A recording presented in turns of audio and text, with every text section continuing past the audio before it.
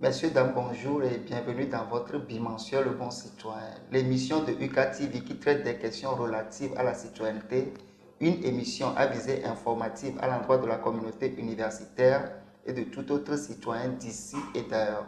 Pour l'émission de ce jour, nous parlerons du rôle du bureau citoyen dans les communes. Nous avons sur ce plateau Madame Keleou et Soreza, coordonnatrice du bureau citoyen de la commune de Koza 1.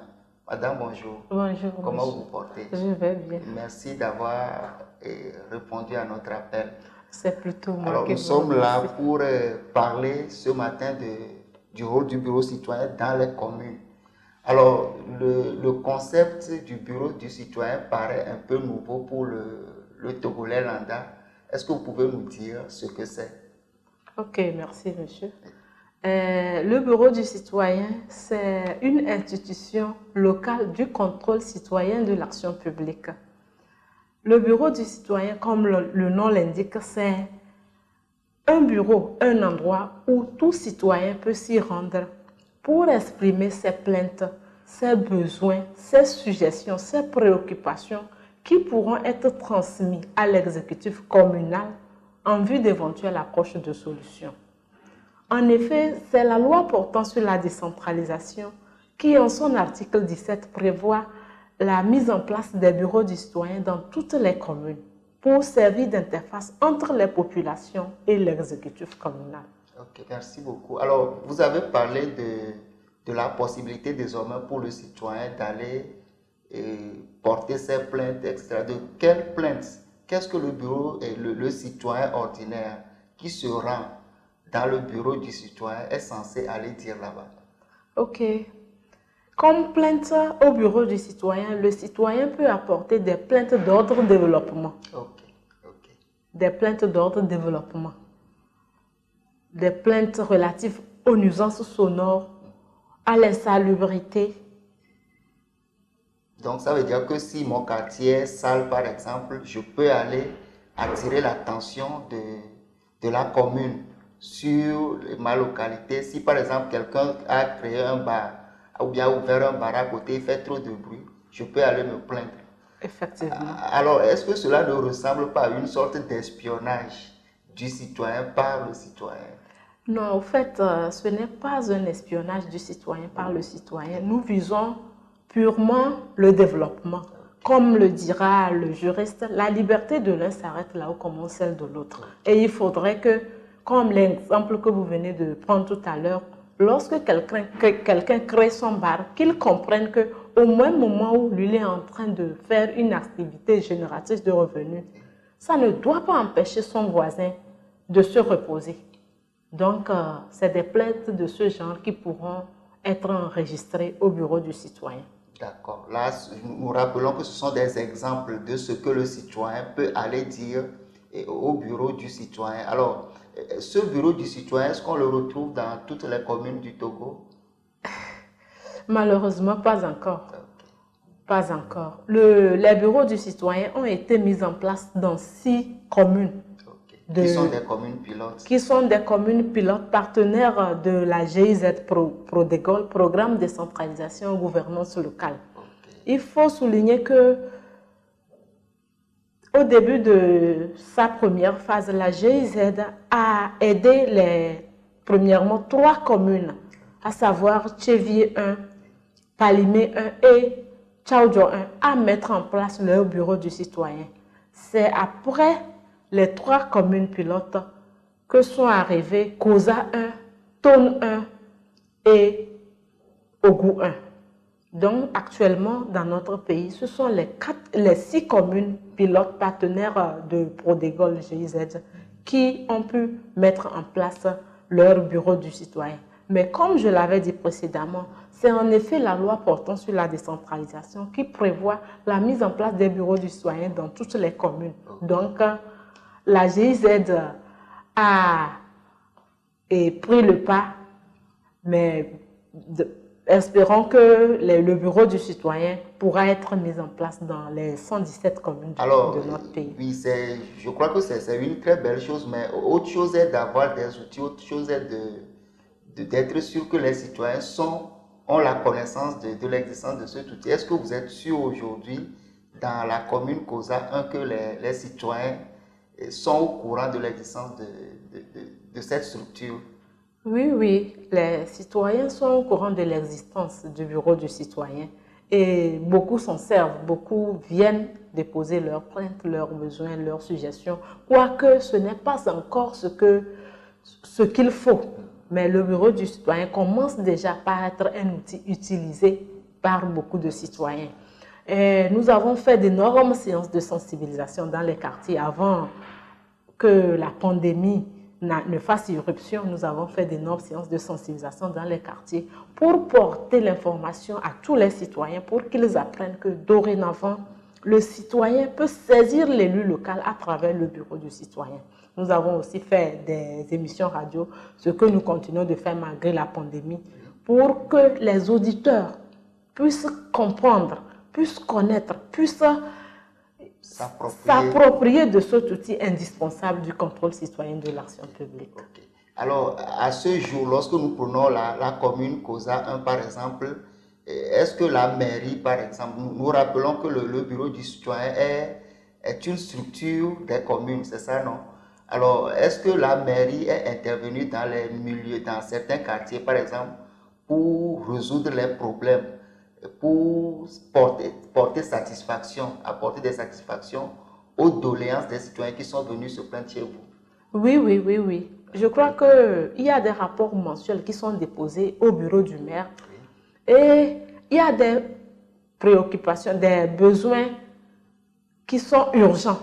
Et je crois qu'il faut intervenir en même temps. Mais il y a des besoins qui peuvent attendre. Au cours des conseils, les rapports soumis par le bureau du citoyen au maire en font objet de débats entre le maire et ses conseillers et des discussions en sorte. Et maintenant, on prend des décisions, on agit dans les quartiers pour le bien-être de nos citoyens.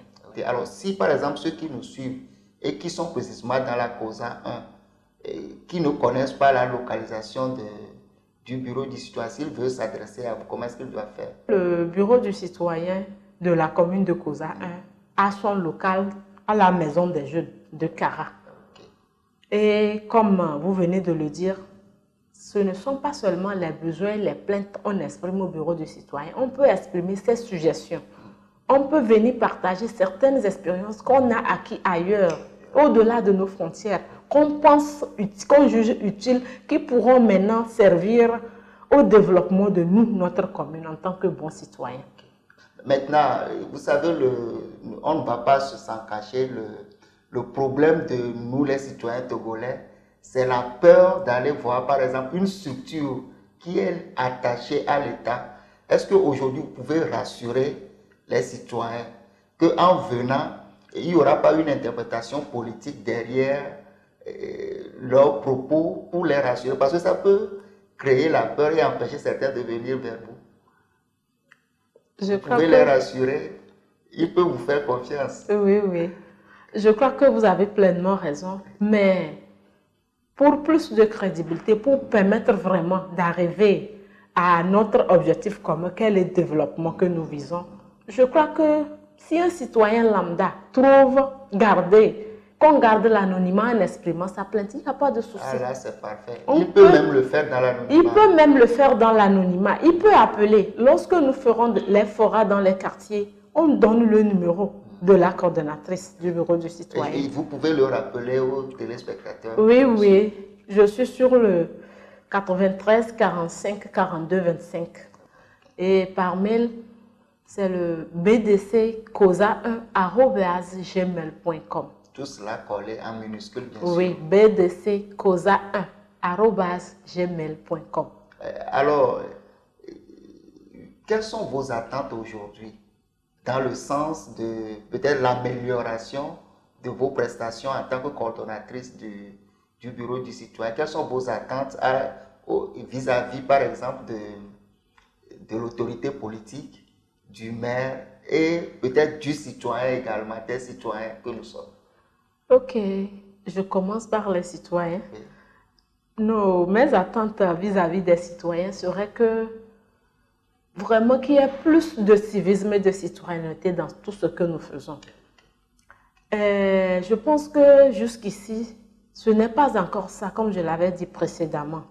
Le citoyen doit comprendre que il doit prendre part aux décisions de sa municipalité. Il doit comprendre qu'à travers le bureau du citoyen, il peut exprimer sa voix. Et c'est en cela même l'essence même de la décentralisation. Voilà, okay. Nous sommes en plein pied dans la décentralisation et il faudrait que nos citoyens comprennent que sans eux, le développement ne sera pas ce que nous visons. Okay. Voilà. Ils sont les premiers collaborateurs, les premiers acteurs du développement. Toutes les décisions que les conseillers prennent, c'est pour les citoyens. Et si eux ne peuvent pas venir exprimer leurs besoins ou leurs suggestions à travers le bureau du citoyen pour que ça soit transmis au conseil municipal pour une amélioration, ça sera vain, ça sera peine perdue. Donc, nous profitons pour inciter nos citoyens, pour les exhorter à vraiment utiliser ce canal qui est le bureau du citoyen. Tout en leur assurant qu'il n'y aura absolument aucune interprétation politique derrière leurs plaintes, derrière leurs suggestions. Voilà. Ok. Le bureau du citoyen ouvre ses portes chaque jour. Et si une personne n'a pas le temps, peut appeler, comme je viens de le dire. On peut venir au bureau du citoyen pour simplement prendre des renseignements en ce qui concerne le fonctionnement de la mairie. On veut un acte, on peut appeler la coordinatrice pour avoir des informations. On veut établir un acte de mariage ou on veut un service, on peut appeler, il n'y a pas de souci. Le bureau du citoyen est là pour ça aussi. Maintenant, nos attentes vis-à-vis de l'autorité communale, c'est que l'autorité communale, la commune, la mairie puisse prendre la main. La GIZ est à quelques pas de la fin de sa première phase. Il faut souligner que toutes les activités que nous avons eu à réaliser depuis notre mise en place ont été financées par la GIZ Prodécole. Que nous remercions. Que nous remercions au passage pour tout ce qu'ils ont fait pour l'accompagnement des communes. Et nous aimerions que, s'il arrivait que le mandat de la GIZ n'est pas renouvelé, que la commune prenne la main pour que nous puissions continuer nos activités qui sont essentiellement les forats dans les quartiers, les émissions radio et la mise en œuvre des concours meilleures initiatives citoyennes pour vraiment permettre à nos citoyens de s'impliquer dans la gestion de la chose publique. Pour permettre à nos citoyens de s'impliquer dans la gestion de la chose publique. Je voudrais rassurer les citoyens de la COSA 1. La coordinatrice que nous avons sur le plateau est très ouverte. Et il suffit de l'appeler et s'il le faut même des fois, elle est prête à se déplacer vers vous. Alors, quels sont vos mots de fin à l'endroit de ceux qui nous suivent? Tout d'abord, j'aimerais vous dire merci, un sincère merci pour l'occasion qui m'a été donnée pour que je puisse m'exprimer devant les citoyens qui nous suivent, pour que vraiment le bureau du citoyen soit davantage approprié, puisse être davantage approprié par nos citoyens, parce que c'est un outil que moi, personnellement, je trouve fondamental. Non pas parce que je le maîtrise, mais parce que je connais son importance. C'est un outil très fondamental du contrôle citoyen de l'action publique. Et si tous les citoyens pouvaient chercher à comprendre ce que c'est et à se l'approprier, nous allons vraiment arriver à notre développement que nous visons. Maintenant, j'aimerais sincèrement exhorter les citoyens à s'en approprier, à en faire usage, à laisser tomber nos stéréotypes. C'est rien que du développement. On laisse la politique aux politiciens. Nous, on se charge de notre développement. C'est vrai, on le dit souvent, même si tu ne fais pas la politique, elle te fait. Mais d'abord, nous allons faire le développement. Nous allons d'abord faire le développement. Et je salue au passage l'autorité communale qui ne ménage aucun effort pour que vraiment les plaintes et les besoins soumis par le bureau du citoyen puissent être pris en compte pour que nos citoyens sachent que leur appel, leur visite au bureau du citoyen, ce n'est pas du temps perdu. Je vous remercie. Messieurs, dames, votre appel, votre visite au bureau du citoyen contribuera au développement de notre commune, la COSA 1 que nous aimons tant. Nous saluons également les responsables de la commune COSA 1 et en passant, parce que sans eux, cette émission n'aurait pas lieu. Donc, messieurs, dames, nous vous remercions également pour votre attention. Nous nous retrouvons dans 2 semaines pour un nouveau numéro. Bye bye.